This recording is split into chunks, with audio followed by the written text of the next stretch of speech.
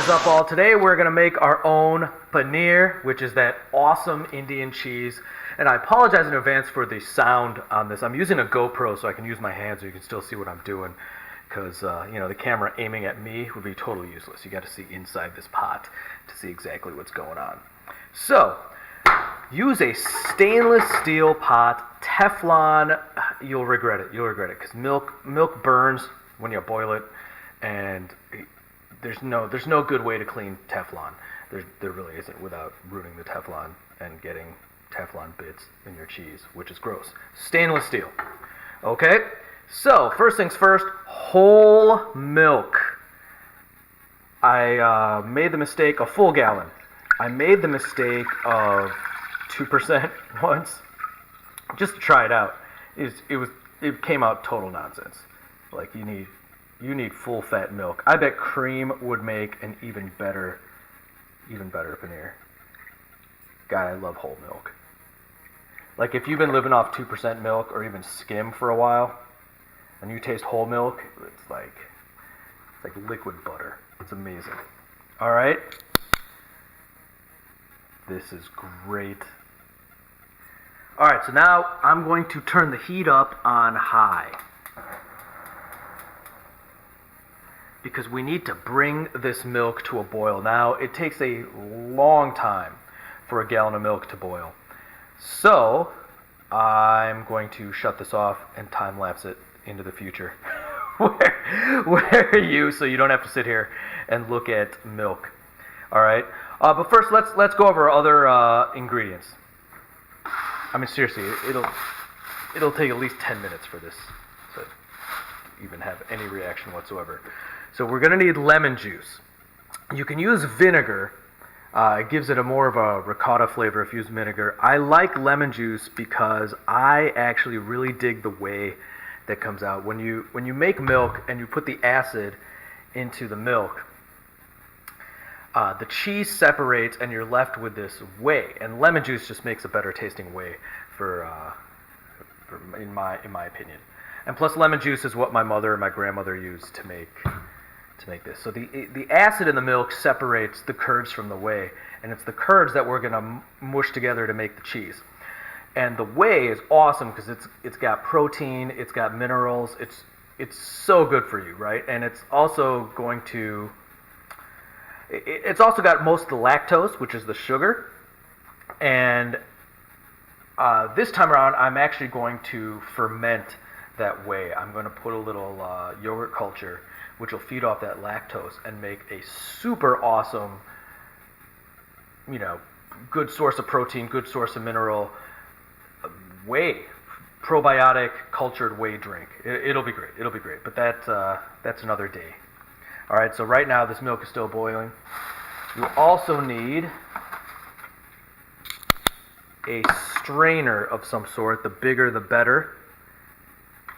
And most important, a cheesecloth. I got this from the dollar store, believe it or not. And hopefully you can see this on camera. But most cheesecloths that you get, the slats are too far apart. So you want something that's thin and going to strain out the whey and leave the cheese. But you also don't want it to be too thin. I've heard people using coffee filters. I've tried coffee filters and it does not. It just stays wet. It doesn't strain at all. So you want a good cheesecloth, and there is like a burlap sack type cloth. Maybe it's called flour sack cloth that I've seen my mother use, and that works awesome. This is my first time using this. As you can see, it's still got the tag on it. So hopefully it works out well. And pillowcases actually work well, but they're kind of a pain to clean. I don't do laundry daily, and I don't like the idea of having a cheese-filled pillowcase sitting in the laundry machine for that many days. All right, let's time-lapse to the future. Well, we've killed maybe, 2 minutes? Let's time-lapse 8 minutes into the future to see how far we get with this boiling milk. All right, we're almost to boiling. You can tell the fat's collecting on top, that malai, and the little bubbles are there, and you want to keep your hand on the dial or the temperature setting of your stove, because milk has a tendency to go from not boiling to exploding all over the place and overflowing. So this one looks like it's about to do it, because what we want to do, a big mistake a lot of people make is they allow the milk to cool a bit before adding the acid. That is actually the wrong way to do it. That's alright for making yogurt, but for making paneer, you want the milk to still be boiling as we're adding the acid. Now, it takes a little skill to get the milk to boil without overflowing, so as it starts to look like it's going to explode, we're going to lower the heat so it boils without overflowing. And we're almost there. I'm going to slowly start reducing the heat. Just very slowly. And if you do see it start to really rise, just turn off the heat completely. When it settles back down, then you can bring the heat back up.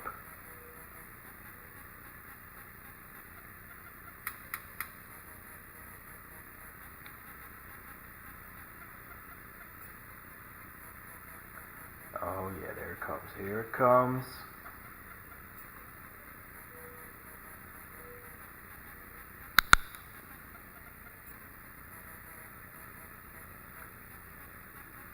It wants to explode all over the place so badly, you can tell. And when it's boiled milk, knows exactly what I'm talking about. The same thing happens when you make tea. Like, you gotta just keep an eye on that milk, or it just becomes 3 times its volume and overflows all over the place.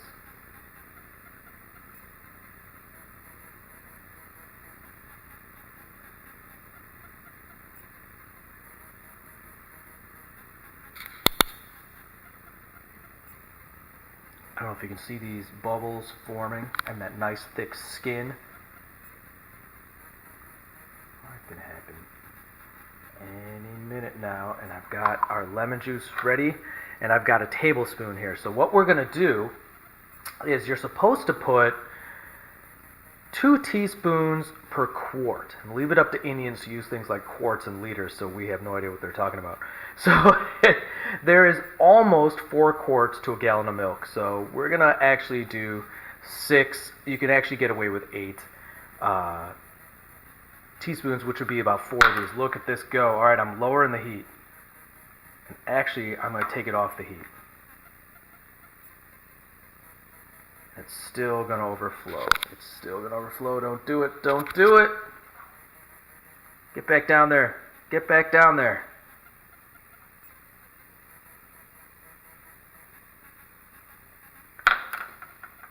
So I've turned the heat completely off. We're going to bring it back down once this thing settles down. Down you go. Down you go. I love this skin that forms on top.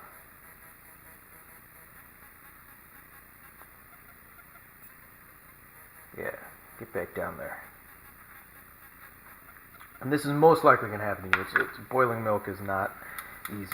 So I'm turning the heat back on, but now I've got it at about a medium.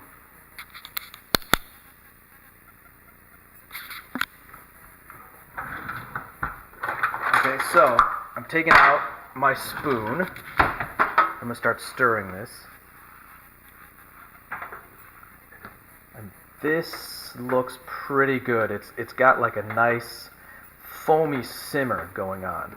So this is a great time to add our lemon juice. Look at that. I'm actually going to even lower the heat slightly a little more.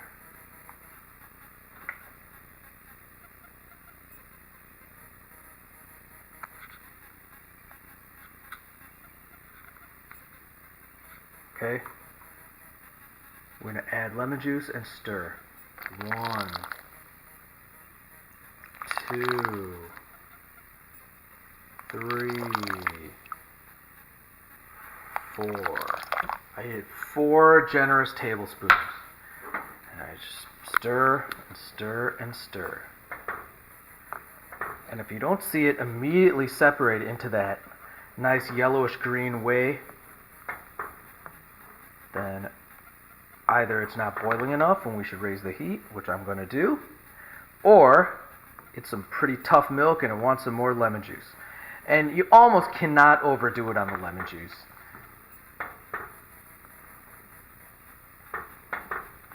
So, I mean, there's no need to be exact. If you go over, it's great. You'll just have, you know, more lemony whey. But what you definitely want is these curds to separate. Now, I'm not getting enough separation for my taste, so I'm going to add more lemon juice. Yeah.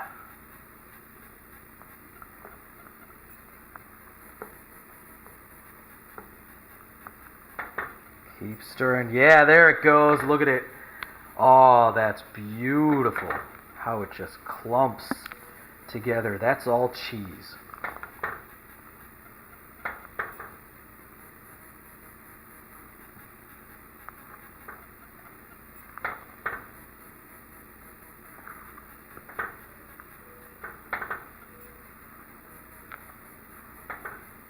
Keep stirring it gently.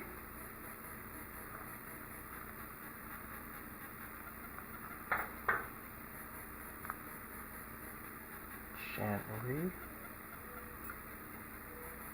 That is all cheese. Amazing.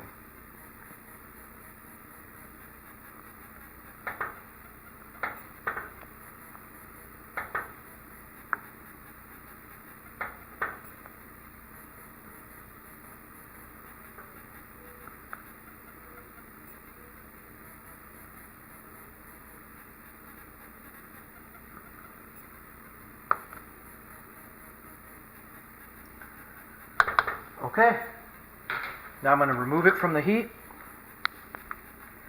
and we're just going to let it settle. Let it cool down so we can work with it. Alright, so another time lapse forward. This time, let's give it about 15 minutes to cool off. You can do it longer. You can go away for 30 minutes if you like. Just let it cool off so we can actually handle it. Alright, now here comes the hard part.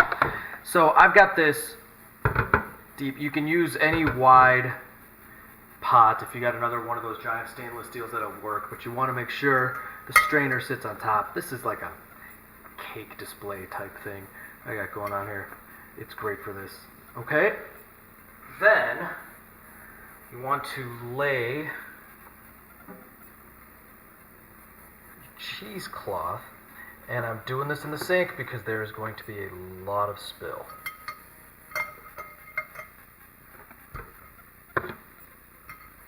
So I want my cheesecloth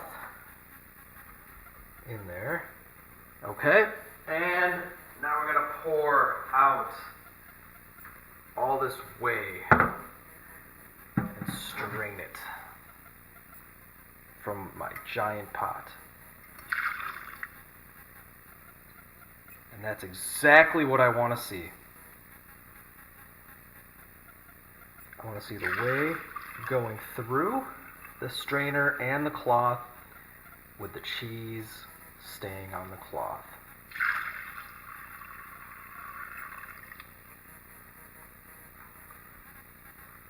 Now, one great way to actually do this is to spoon the cheese, because pot's going to fill up pretty quickly. So let me spoon the cheese.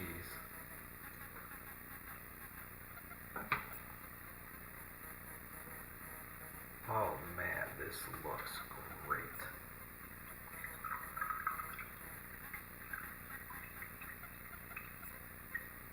So I'm spooning the cheese. And it's already looking fantastic.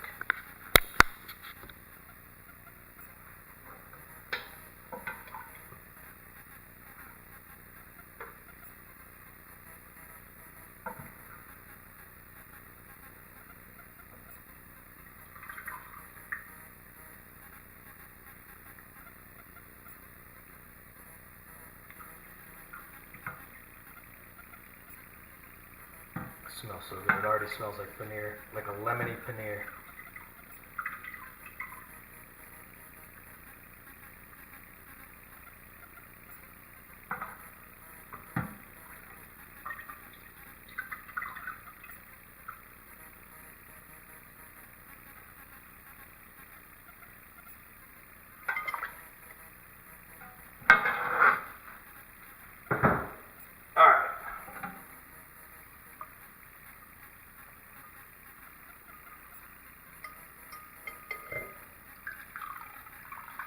See what I'm doing here? It's exactly what you want to do. You want to get all that water out of there. All that beautiful whey.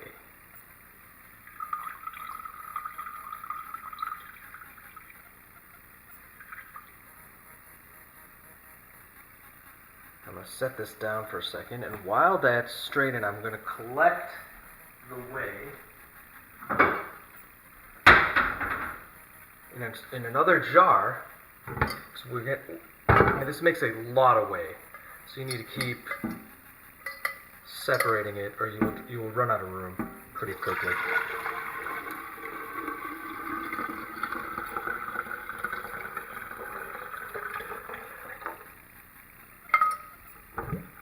Look at that. That's just the first pass. Okay, let's go back to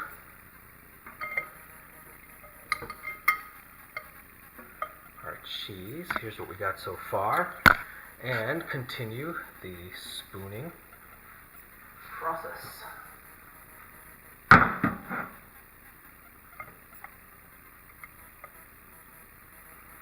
As you see, you need a real stable strainer. It falls very easily. Once there's only cheese floating around that's hard to spoon, I'll show you. This is when we're going to continue back on the pouring. As you can see, it's pretty hard to scoop up now with a spoon. Before I was getting huge clumps, and now I'm going to pour this once again into our cloth.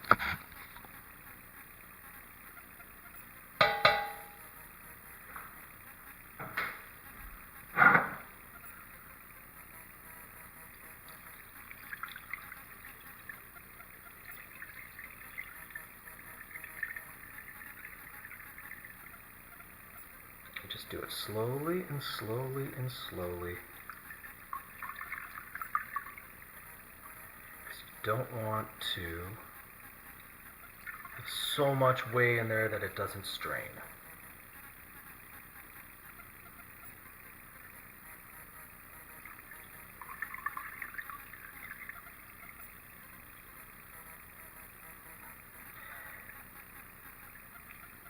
Now at this point the paneer resembles a sort of ricotta.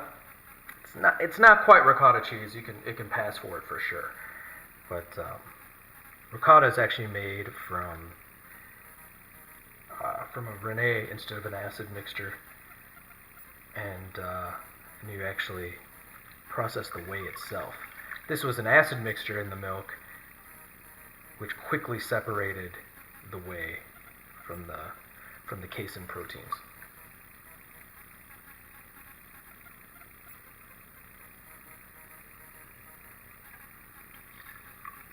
There's still so much cheese in here. It's fantastic.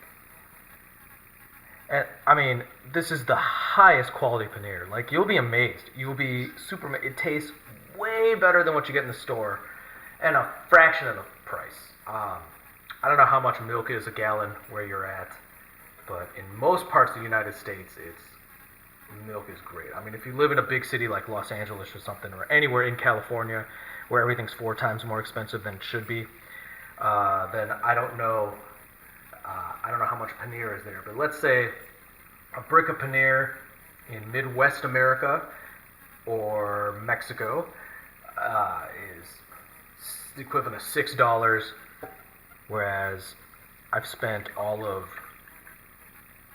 $2.50 on all of this material, from the gallon of milk to the cloth, including the new strainer and the bottle of lemon juice, which obviously you can make multiple. So I can easily make a brick of paneer for easily like a dollar, maybe $1.50.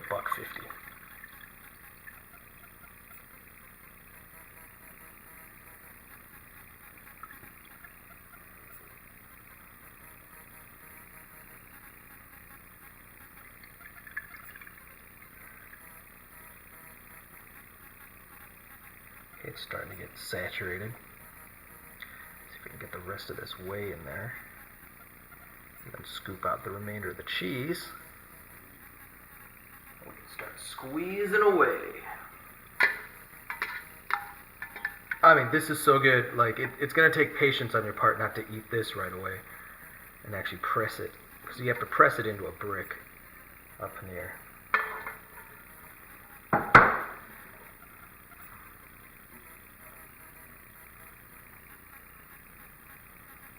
And I unfortunately got some loss that got into the sink, but that's alright.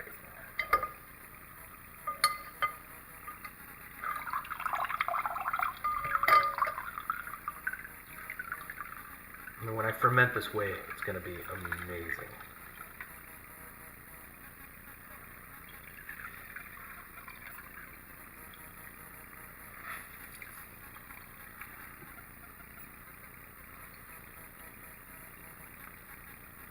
So just get that water out of there. Squeeze it.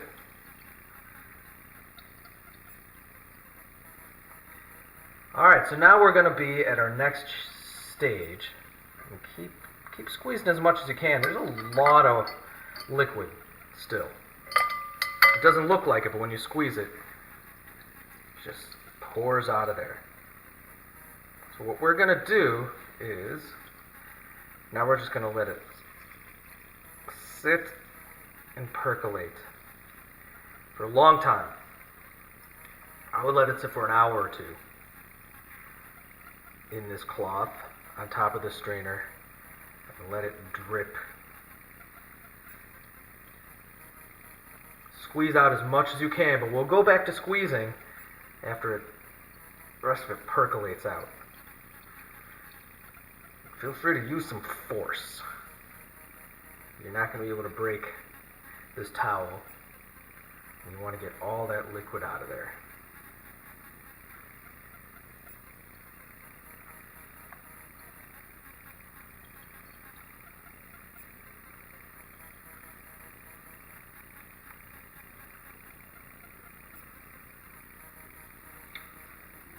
Yeah. All right. So, I'm going to let this sit just like that. Actually, first I'm going to pour out the rest of this whey, just in case our strainer falls. I do not want to have it get wet again.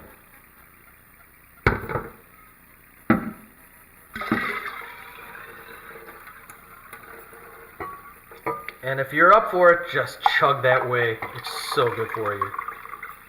It's pretty sugary though. It's got a lot of milk sugar in there. I mean, not sweet, but it'll definitely spike your blood sugar levels. Cap this.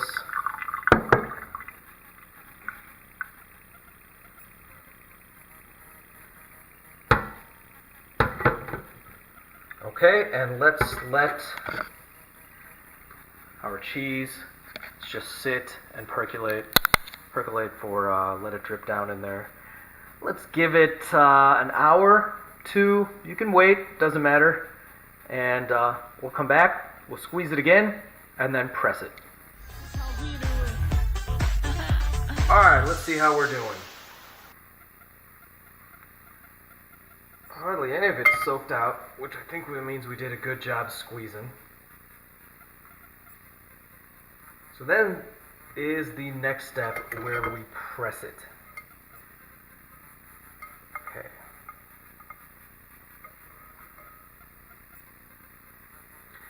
tie it up.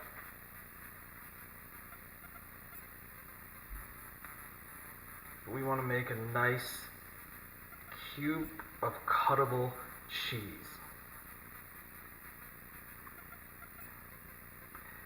So here's how I do it.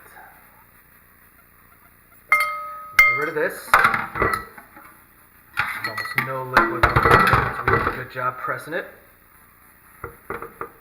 So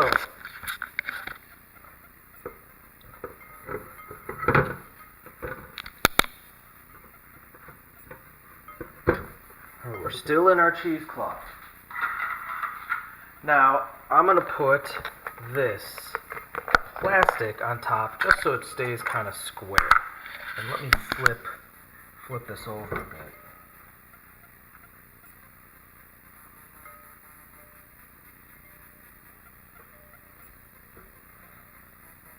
Mash that down. See, the catch is you want to put something super heavy, and I mean crazy heavy, on top of it. A good textbook works, but also, as you'll see, and the reason I'm putting this plastic here is because I'm going to fill up the blender with water.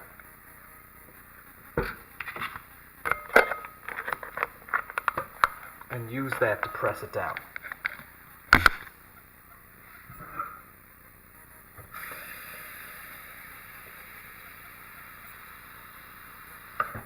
blender is nice and heavy.